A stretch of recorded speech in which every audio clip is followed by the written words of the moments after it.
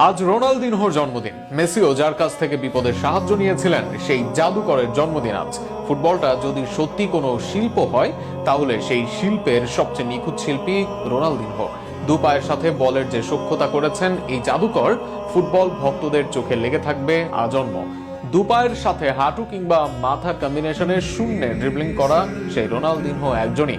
Haaland এমবাপেদের গোল বন্যার যুগে ফেলে আসা রোনালদিনহো ম্যাজিকের সময় নিয়ে আরো থাকছে প্রতিবেদনে। দু পায়ের সাথে বলের সক্ষতা, কখনো বল শূন্যে তুলে হাঁটু, মাথা কিংবা পিঠের ব্যবহার যখন করতেন, তখন মনোমুগ্ধ হয়ে তাকিয়ে থাকতো ভক্তরা। যেন গোল নয়, রোনালদিনহো পায়ের সাথে ফুটবলের নিখুঁত প্রেমটাকেই উপভোগ করতে এসেছেন তারা।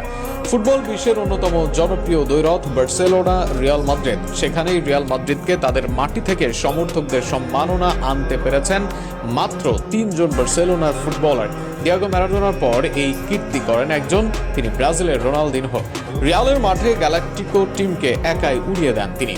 এরপর মাঠ ছাড়ার সময় রোনালদিনহোকে দাঁড়িয়ে সম্মান প্রদর্শন করেন দর্শকরা। রোনালদিনহোর মাহাত্ম্য ভেসে ওঠে এখানেই।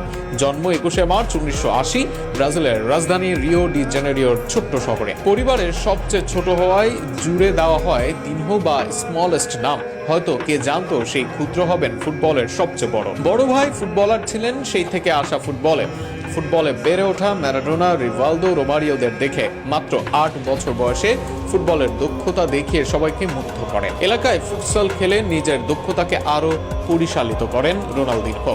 তবে সবার নজরে আসেন 23 বছর বয়সে। এক ম্যাচে তার দল 23-0 গোলে হারায় প্রতিপক্ষকে। সেই 23 গোলের সবগুলোই করেন রোনালদিনহো। এরপর 1997 ব্রাজিলের হয়ে যুব বিশ্বকাপ খেলে আসেন সব ক্লাবের রেডারে। 1998 থেকে 2001 পর্যন্ত খেলেন ব্রাজিলের ক্লাব গ্রেমিওতে। 89 ম্যাচে 48 গোল করার পর তাকে দলে নেয় প্যারিসের ক্লাব প্যারিস সেইন্ট জার্মাইন। পিএসজিতে এসে নিজের নাম ডাক বাড়িয়ে নেন রোনালদিনহো। এর মাঝেই তাকে নিয়ে কাড়াকাড়ি শুরু হয় স্পেনের দুই জায়ান্ট ক্লাব বার্সেলোনা ও রিয়াল মাদ্রিদের মাঝে। শেষ পর্যন্ত তাকে পায় বার্সেলোনা। এর পরের ইতিহাস সবারই জানা একরকম। ক্রুইফের আমলের পর বার্সেলোনার ঘরে চ্যাম্পিয়ন্স লিগ আসে এই রোনালদিনহোর হাত ধরে।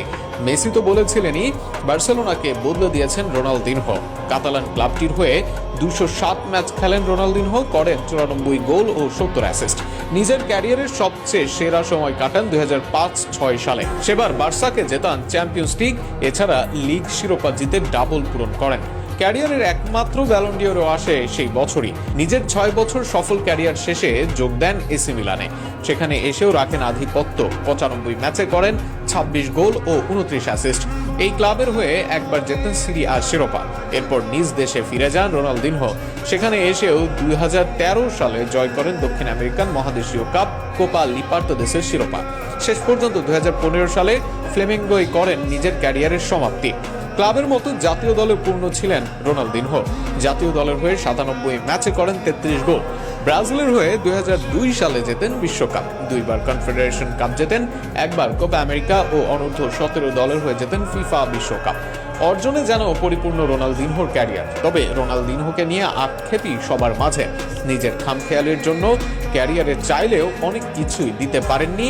হয়তো পেলে, ম্যারাডোনা, মেসিদের পাশে নিজেকে নিয়ে যেতে পারতেন।